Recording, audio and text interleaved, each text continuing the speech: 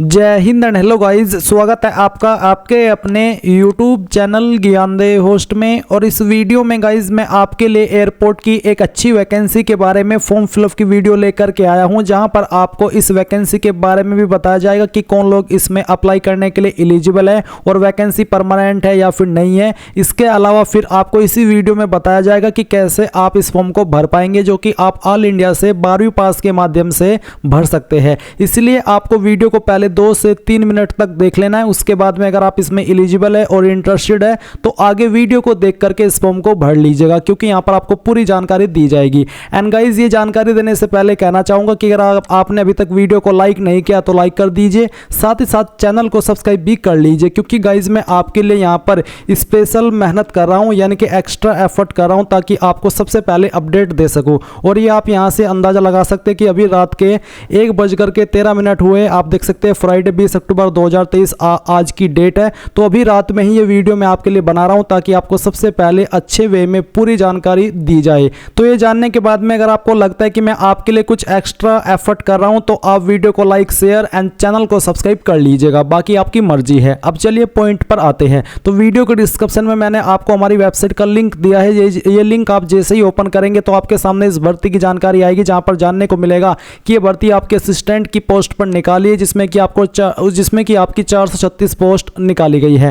And आप लोग यहां पर इस फॉर्म को 20 अक्टूबर 2023 से लेकर के 15 नवंबर 2023 तक भर पाएंगे। आप यहां पर इंपॉर्टेंट लिंक्स के सेक्शन में आइए और ऑफिशियल नोटिफिकेशन पीडीएफ के ऊपर क्लिक करके इस नोटिफिकेशन को डाउनलोड कर लीजिए। ये नोटिफिकेशन आपकी AICLAS.AERO की जो ऑफिशियल वेबसाइट है, यहां से भी आप इसको डाउनलोड कर सकते हैं। एडवर्टाइजमेंट नंबर 10 है इसका। आप यहां पर व्यू फाइल के ऊपर जैसे ही क्लिक करेंगे तो आपकी ये फाइल डाउनलोड हो जाएगी, जिसमें कि आप यहां पर देख सकते हैं कि असिस्टेंट सिक्योरिटी की पोस्ट है और ये आपकी पैन इंडिया बेसिस पर निकाली है। अब कुछ कैंडिडेट का सवाल रहेगा कि क्या ये परमानेंट है, तो मैं आपको बता दूं कि ये परमानेंट वैकेंसी नहीं है।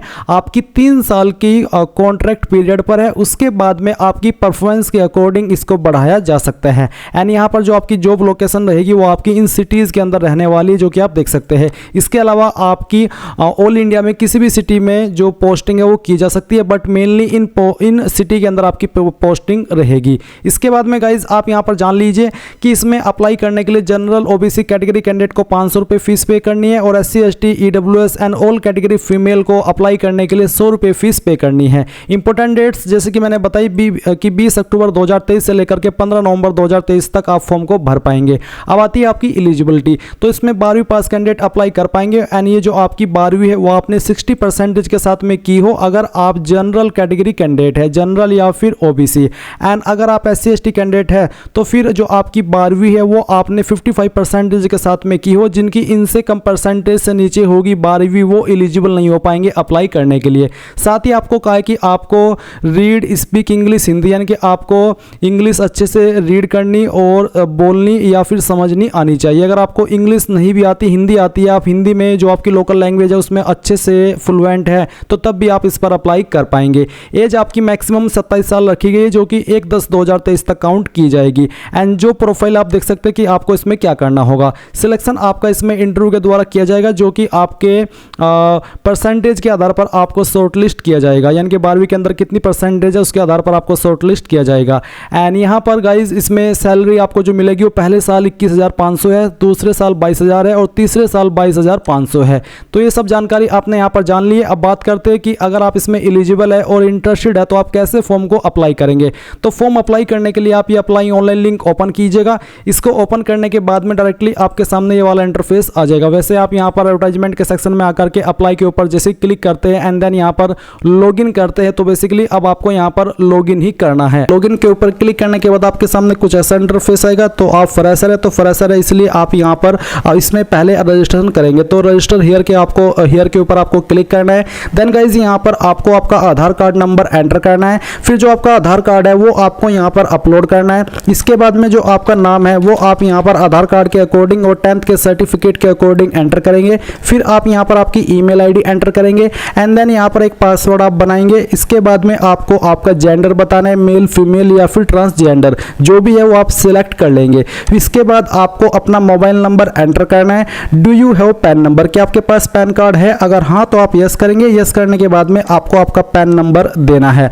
अगर नहीं है तो नो कर कर दीजिएगा। इसके बाद में क्या आपके पास पासपोर्ट है, अगर है तो आप यस करके पासपोर्ट का नंबर भी देंगे और पासपोर्ट को अपलोड भी करना होगा, अगर नहीं है तो आप नो कर देंगे। इसके बाद ये वेरिफिकेशन कोड आप यहाँ पर डालेंगे, इन सभी जानकारी को चेक करेंगे एंड देन आप सबमिट पर क्लिक करेंगे। सबमिट के ऊपर क्लिक करने के बाद में गाइज आपको यहाँ पर बोला है कि आपका रजिस्ट्रेशन सक्सेसफुल हो चुका है और आपको अपनी ईमेल वेरीफाई करनी है और आपको एक बेसिकली ईमेल सेंड की गई है। तो अपनी ईमेल आईडी चेक कीजिए, उसमें आपको एक ईमेल देखने को मिलेगी जिसमें कि आपको एक लिंक दिया है। आप क्लिक हियर के ऊपर जैसे ही क्लिक करेंगे तो आपकी जो ईमेल आईडी है वो वेरीफाई हो जाएगी। अब आप यहाँ पर अपनी ईमेल आईडी डालिए जो कि अभी आपने रजिस्टर की है, जो पासवर्ड अभी आपने बनाया है वो पासवर्ड आप यहाँ पर डालिए, ये कैप्चा कोड आप यहाँ पर फिल कीजिए एंड देन आप लॉगिन कर लीजिए। लॉगिन करने के बाद में अब आप यहाँ पर फिर से आपके जो करियर का जो सेक्शन है इसके ऊपर आ जाएंगे। अब आपको यहाँ पर फिर से अप्लाई के ऊपर क्लिक करना है, तो आप अप्लाई के ऊपर क्लिक कीजिएगा। इसके ऊपर क्लिक करने के बाद में यहाँ पर जो आपका रजिस्ट्रेशन का इन्फॉर्मेशन है वो आएगा और कुछ जानकारी आपको यहाँ पर और फिल करने का मौका मिलेगा।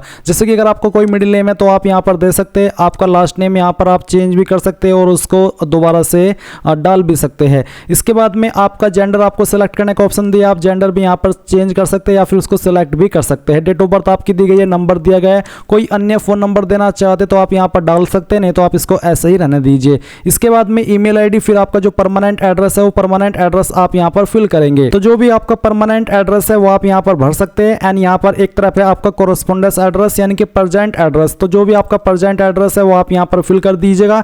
एंड इसके बाद में यहाँ पर correspondence address is same as permanent address, यानी कि अगर आपका प्रेजेंट और परमानेंट एड्रेस एक है तो आप इसके ऊपर टिक करके यहाँ पर जो आपने प्रेजेंट एड्रेस के अंदर एड्रेस भरा है वही परमानेंट एड्रेस में ला सकते हैं। अगर अलग अलग है तो अनटिक रहने दे और अलग से अपना परमानेंट एड्रेस फिल कर दे, जैसे कि आपका सिटी, पिन कोड, ये सब आपको देना है। मैरिटल स्टेटस क्या है वो आप यहाँ पर बताएंगे, मैरिड अनमैरिड जो भी है स्टेट आपको यहाँ पर अपने एड्रेस में सेलेक्ट कर लेनी है। नेशनलिटी में आप इंडियन सेलेक्ट करेंगे। रिलीजन आपका क्या है, जो भी आपका रिलीजन है वो आप सेलेक्ट कर लीजिएगा।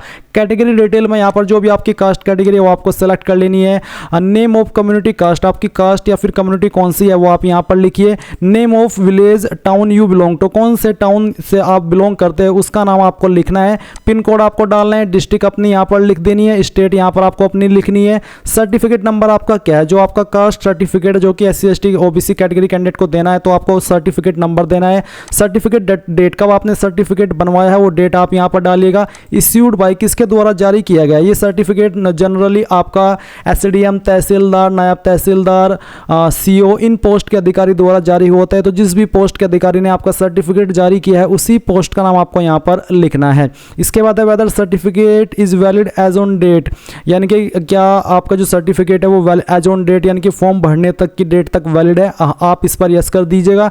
फिर whether OBC community is as per central list, यानी कि जो आपका OBC, अगर आप OBC कैटेगरी कैंडिडेट है तो आपका जो सर्टिफिकेट है क्या वो एज पर सेंट्रल लिस्ट है, सेंटर का है, अगर हाँ तो यस, नहीं तो आप नो करेंगे। इसके बाद में क्या आपको ICU के अंदर छूट चाहिए, अगर आप SC ST OBC है तो तभी आप इसमें यस कीजिएगा और वो भी तब जब आप ओवर एज हो गए हो, अगर आप ओवर एज नहीं हुए हैं तो आप इसमें नो कीजिएगा। इसके बाद फिर जो आपका कास्ट सर्टिफिकेट है वो आपको यहाँ पर अपलोड करना है, जिसका फॉर्मेट इनमें से कोई भी चल जाएगा। तो आप यहाँ पर चूज फाइल के ऊपर क्लिक कीजिएगा, जहाँ पर भी आपकी फोटो फाइल है वो आपको यहाँ पर सिलेक्ट कर लेनी है एंड देन फिर उसको ओपन करना है। इसके बाद आप यहाँ पर अदर डिटेल में मदर टंग बताएंगे, यानी कि आपकी मातृभाषा कौन सी है, हाइट आपकी कितनी है सेंटीमीटर के अंदर वो आप लिखेंगे, वेट आपका कितना है किलोग्राम के अंदर वो वेट आप यहाँ पर लिखिएगा।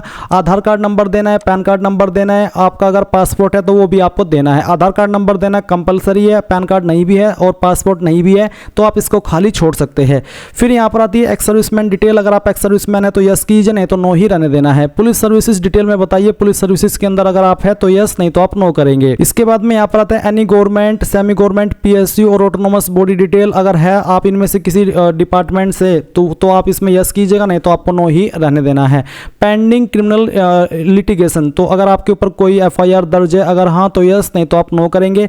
फिर अगर आपके पास कोई एक्सपीरियंस है तो आप यहाँ पर ऐड न्यू के ऊपर क्लिक करके उसको दे सकते हैं, नहीं तो आप इसको खाली छोड़ दीजिए और नीचे से नेक्स्ट के ऊपर क्लिक कीजिए। अब गाइज यहाँ पर आपके सामने क्वालिफिकेशन की जानकारी आएगी, तो मेरी क्वालिफिकेशन यहाँ पर पहले से भरी हुई है क्योंकि मैंने ऑलरेडी इस वेबसाइट पर पहले भी फॉर्म भरा था। तो अगर आपने पहले कोई फॉर्म भरा होगा आपकी जानकारी यहाँ पर आ जाएगी। अगर आप फर्स्ट टाइम इस वेबसाइट का इस्तेमाल करके कोई फॉर्म भर रहे हैं तो आप यहाँ पर ऐड न्यू के ऊपर क्लिक कीजिएगा। इसके बाद में आप यहाँ पर 10th सेलेक्ट कीजिएगा। फिर आपको बताना कि किस साल के अंदर आपने आपकी जो 10th है वो पास की है। एंड इसके बाद में आप यहाँ पर बताइएगा कि आपने किस मंथ के अंदर की है, तो इस तरह से आपकी ये डेट आ जाएगी। फिर आपको यहाँ पर आपके यूनिवर्सिटी इंस्टीट्यूट यानी कि आपको आपके स्कूल कॉलेज का नाम बताना है जहाँ से आपने आपकी 10वीं की है। और फिर सब्जेक्ट स्पेशलाइजेशन के अंदर आप यहाँ पर ऑल जनरल सब्जेक्ट लिखेंगे। एंड ड्यूरेशन के अंदर आप यहाँ पर 01 लिखेंगे क्योंकि ये 1 साल के अंदर काउंट होता है। फिर इसके बाद जैसे ही आप ऐड न्यू पर क्लिक करेंगे ये जानकारी आपकी ऐड हो जाएगी। जैसे कि यहाँ पर आप देख सकते हैं मेरी ऐड है। फिर आपको सेम वे में 12वीं की इन्फॉर्मेशन देनी है। 12वीं में आप यहाँ पर इसी प्रकार से पासिंग ईयर,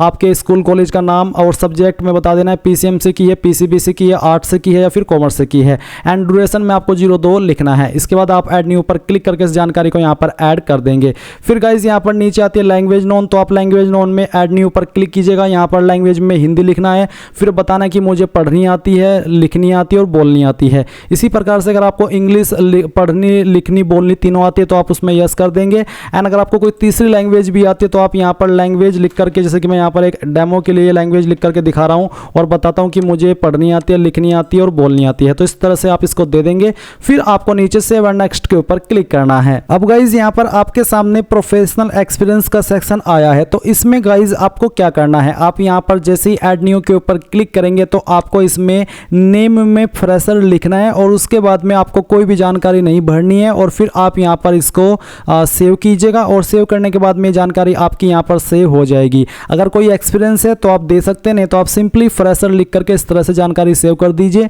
जैसे कि मैंने यहाँ पर की हुई है। एंड इसके बाद में आपको सेव एंड नेक्स्ट के ऊपर क्लिक करना है। अब गाइज आपके सामने डिक्लेरेशन का सेक्शन आया है जहां पर आपको प्रोफाइल पिक्चर अपलोड करनी है जिसका फॉर्मेट यहाँ पर जेपीईजी, जेपीजी, पीएनजी का रखा गया है और साइज यहाँ पर 20 KB से कम ही रहना चाहिए। तो आप चूज फाइल के ऊपर क्लिक कीजिए, जहां पर भी आपकी फोटो फाइल है वो आपको सिलेक्ट करनी है।